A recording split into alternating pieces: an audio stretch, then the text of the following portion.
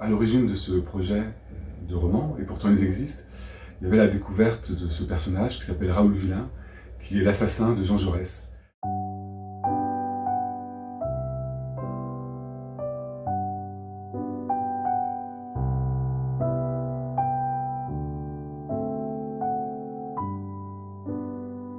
Donc en me documentant un peu sur son parcours, j'ai découvert qu'il avait été acquitté après la Première Guerre mondiale et qu'il avait fini assassiné dans des circonstances obscures, sur l'île d'Ibiza, assassiné par un commando anarchiste. Et j'ai trouvé que cette trajectoire était intéressante et ça faisait longtemps que j'avais envie de parler de la guerre d'Espagne et de l'engagement anarchiste dans les années 30. Donc c'est en tressant un petit peu ce travail de documentation, et puis quand on commence à chercher, on découvre des nouvelles choses, des coïncidences, des rencontres des personnages, que j'ai construit ce roman, qui est un roman qu'on pourrait qualifier de choral, puisqu'il est composé de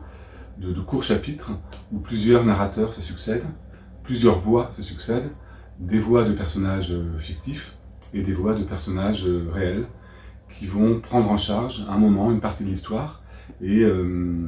ces voix se répètent, se complètent, se contredisent parfois, dans une sorte de tourbillon qui embrasse quasiment toute l'histoire du XXe siècle, depuis la mort de Jaurès en 1914,